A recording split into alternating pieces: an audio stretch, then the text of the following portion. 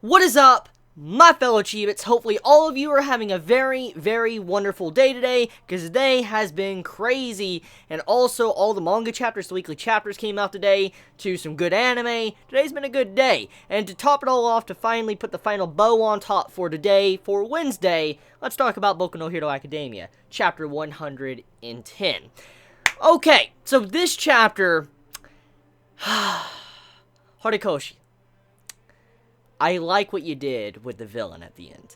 Now, I personally have not read the previous work of Horikoshi, what he did beforehand, before Boku no Hero Academia, but I know full well what Orca is from. His design, his character design, he is from Horikoshi's previous work, his previous manga he made before Boku no Hero Academia, and I'm so glad to see how he is using that character design from his previous series in this series, and how he looks like a villain, how he kind of is like in the top 3 best villains, the way he looks like a villain. He's in the top 10 best heroes. I just love seeing this man being used, and the design, he looks so badass. I mean, for an Orca, he looks fucking awesome. I love the design. That's one of the biggest things about Boku no Hero Academia I've always loved, is that Horikoshi has some very unique and interesting designs, because one of the big things to spice up manga or any type of series is designs of characters, having them like different clothing or outfits, or the designing of the characters' overall body structure. I love the design of Orca and seeing how he's going to be playing a role in this exam, this part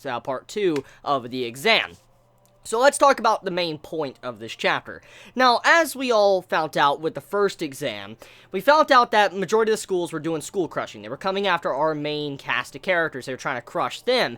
And it was kind of like every school for themselves. Every school was going after each other, and they were trying to help each other out. That's what was going on. You had to where, like, one school was just working for themselves, just to benefit themselves. They would maybe team up with another school, but they were all honestly just helping their own selves out. They weren't really thinking about anything else.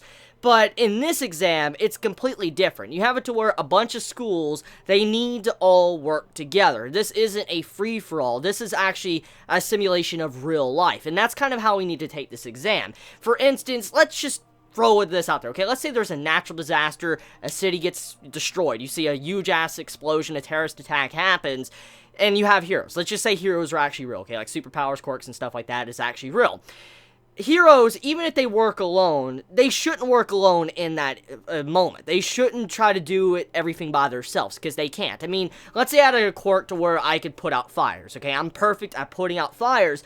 I shouldn't be someone that's trying to, let's say, move buildings. I should be someone that's trying to put out fires if I had a quirk ability that was focused around that. So the main point of this exam is teamwork, having it to where a bunch of people, a bunch of heroes come together and work together. Even though normally they wouldn't work together, this is training for that, because when there's a natural disaster, everybody needs to put aside their differences. You need to say, fuck that, it doesn't matter who's number 1 hero, it doesn't matter who's number 2 or 3, whatever, it doesn't matter if you're the shittiest hero, everybody needs to work together and then get the job done. Everybody has their role they need to do. Just because, let's say, you're good at putting out fires doesn't mean you should be on the front lines. You shouldn't be fighting a villain if you're mainly meant just to, to put out fires. So, I like the design of this exam, showcasing that you shouldn't try to be a lone wolf. You need to work with others. You need to have everybody have their own certain role to play when a natural disaster happens. So, I like how the teamwork is being built up with this, seeing how, like, this is no joke, this is no game. People's lives are on the line. When someone is in danger, when you have people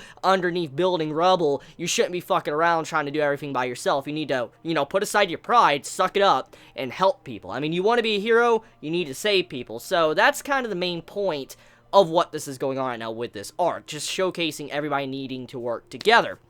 Now, beautiful by Horikoshi, by the way. Horikoshi doing a very good job with that. Now, with the villain introduction, this is kind of spicing up the exam. It's not just about rescuing people and trying to help out, like, this natural disaster happened. It's more along the lines of a terrorist attack. What would happen if a villain really attacked the city? Which reminds me of the Stain arc. If we remember what happened in the Stain arc, we saw a bunch of heroes working together, or think about what All for One did. Think about, when he did that big attack, a bunch of heroes were working together to take down villains. And that's kind of what's going on here. When a villain attacks, there needs to be some heroes that are very good at combat to go to the front lines and fight the villain. And so you see it to where Bakugo is, probably going to be heading over there. I'm willing to bet Izuku's also going to be one of the main frontline tanks, too, to probably fight, the villain, Orca, because, I mean, he's that type of person. He's that type of person that does have quick speed, but he's also one of those type of, heroes that are mainly meant to fight. Maybe grab people, move them quickly to another place, that's also a possibility, or moving and picking up rubble. But overall, though, Izuku, when we get down to earth with it, like we just get down to nitty-gritty,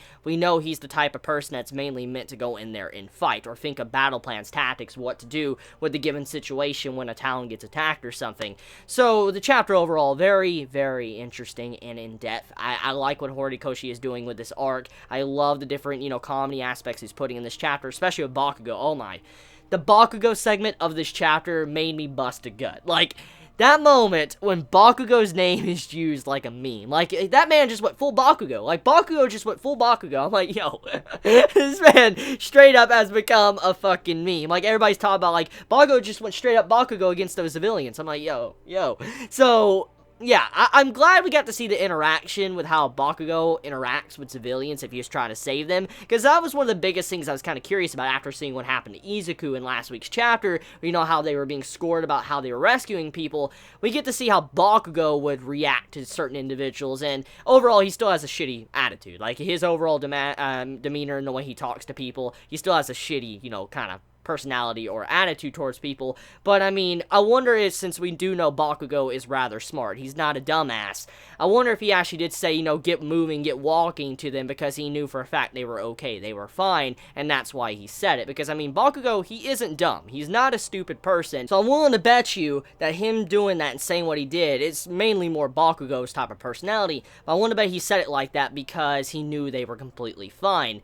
But that's about it when it comes to this chapter of Boku no Hero Academia. A lot of setup for certain individual characters, characterization and development going on for some of our side characters, especially with Stain being brought up once again in this chapter, with how a lot of heroes are trying to change themselves and better how they, want to become a hero after what Stain did. Because, I mean, even though Stain was a villain, he still had a lot of good words, and his motive was just. I do agree with what Stain stood for.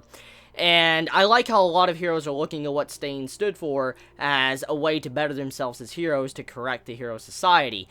So yeah, it was a good thing to be brought up in this chapter to see how our new generation of heroes are trying to change themselves for the better. So let me know your thoughts in the comments below. You all have a wonderful day or night wherever you live. Please be safe. Chibi out.